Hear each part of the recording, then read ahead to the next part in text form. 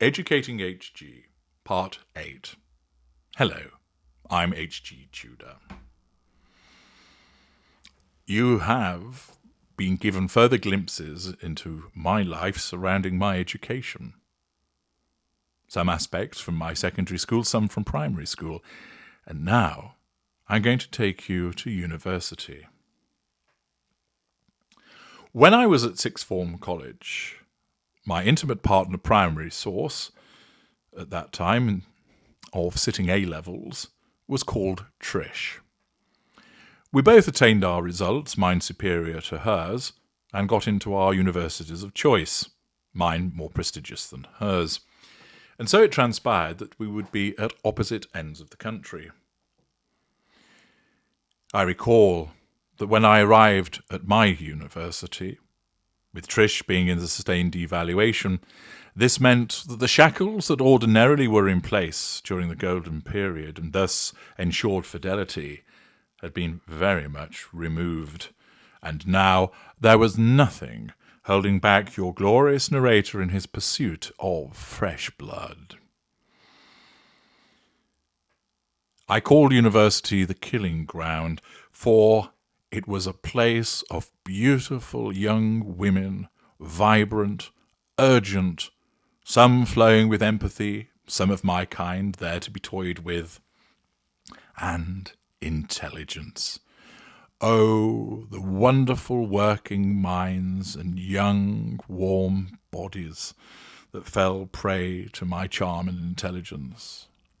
It was a joyous time indeed, for being in the realms of prior to mobile phone and internet, it meant that one could do many things without being filmed or recorded, and furthermore, that it enabled one to remain apart from the world. There was no mobile phone that was going to ring in your pocket. I made excellent use of this time, not only excelling in my studies and embracing the history of the university that I was at, but also, of course, finding new intimate partner secondary source after new intimate partner secondary source. I still continue to see Trish. I would intermittently go to visit her in the north of England at her university, and would have an enjoyable enough weekend. Her friends were a rowdy bunch and rather entertaining. I only allowed her to come to my university once, and thereafter I always suggested it was easier for me to visit her. I would bear the cost so she could save money. Truth be told, of course, I didn't want her being seen at my university, and I wanted to ensure that she was kept away, that the two places were very much compartmentalized. At the end of my first year, with examinations finished, I recall that I went to the pub with my friends, and also friends of my friends, a group of girls that they knew as a consequence of some connection which I now forget. Within the group, there was a young lady called Anita, and after we'd been to the pub, I went back to where she was staying. We were talking about something and getting along very well.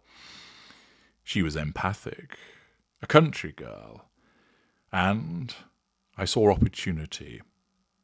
I wanted to kiss her. She had full lips. I wanted to draw the fuel from her. I wanted to make her mine. We entered her accommodation, her small room, and she went to pick something up on the other side, turned and then looked at me, stood there still in the doorway. There was an excited nervousness about her as I allowed the door to close behind me, and then I walked confidently towards her. She remained looking at me, uncertain, but also knowing what would come next, caught between two states, as I pulled her towards me and kissed her. There was no resistance.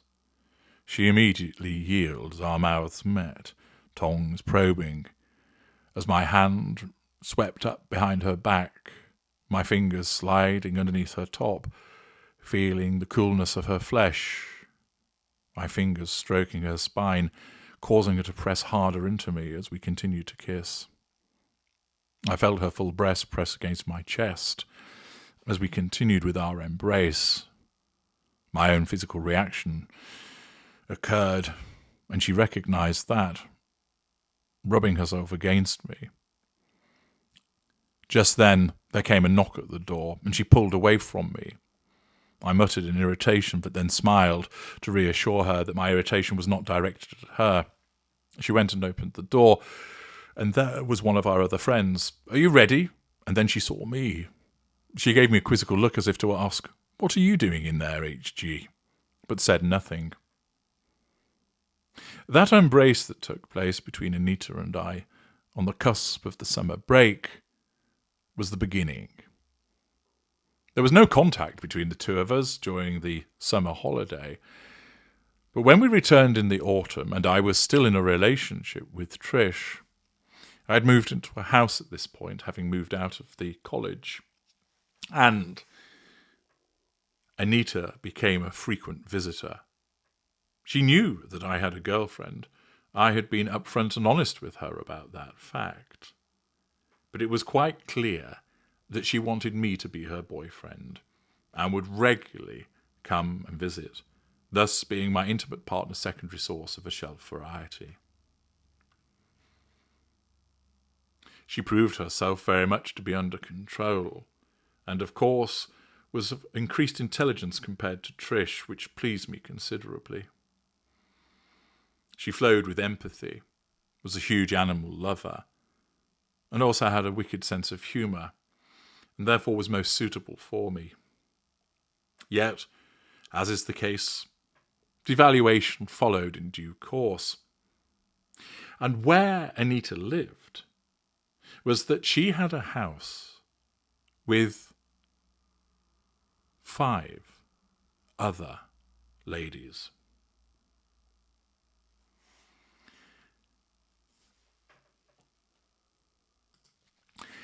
It was a large 6-bedroom property that they were renting, and naturally, as a consequence of seeing Anita, I was there regularly. I decided, as part of the devaluation, that I was going to try and ensure that there was intimacy between me and each of her housemates. That it would be a point of personal pride and a challenge to see if they, knowing that I was seeing their housemate, would engage in intimacy with me. That they would allow themselves to be had in some form. I decided that the parameters were that a simple kiss, not on the cheek, but on the mouth, that was sustained, would count as victory. But the further I could take it, all the way through to having sex with them, would, of course, gain further points for me in my own system. Therefore, I decided that the ultimate aim would be to have sex with each and every one of them. But if I did not make it so far in that regard, so long as there was intimacy, the goal was complete. At this point of the sustained devaluation occurring, there was a further year of university available before some of us went on to other things. Accordingly, I had a year, if I decided that I would remain, of course, with Anita during that year, to make her housemates mine. I decided that if I ended the relationship, then the challenge was over, for then it would be far easier to perhaps lure them in with the knowledge that I was no longer seeing their housemate. But I was interested to test their loyalty.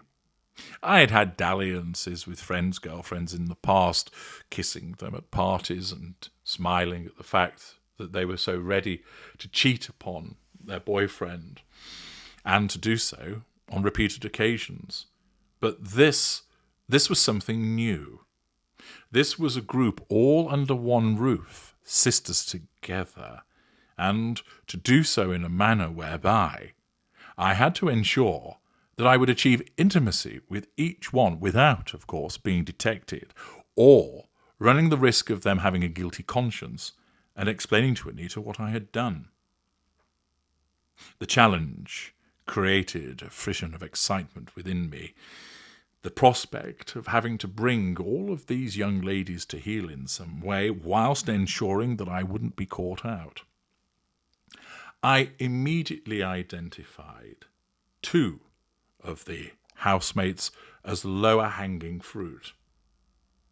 The first, I shall call her Joanne. She was blonde, with very blue eyes. She had an American father, although she was British herself. She was a little toothy, but nevertheless slim and attractive. She was single, and therefore I thought that she, having been single for some time, would not only have an itch that needed to be scratched, but also wouldn't be plagued by any particular conscience with regard to cheating on her own boyfriend. The second individual, I shall call her Farah. She was Asian. She had a boyfriend, but he was rarely there, and I had picked up that she was a little minx, and I determined that she would be up for some extracurricular activity. It was these 2 that I decided that I would start with first, to ensure that I would get my eye in, if you would. I needed something to amuse me. I was cruising in my studies quite satisfactorily, and I needed a game to play in the arenas of intimacy. I had my other games where I was toying with people, but here I wanted something that appertained to intimacy. Something that would amuse me, and it did amuse me to think that I would be able to get away with seducing individuals who proffered loyalty to one another. It was time for me to test that loyalty and set off on my challenge.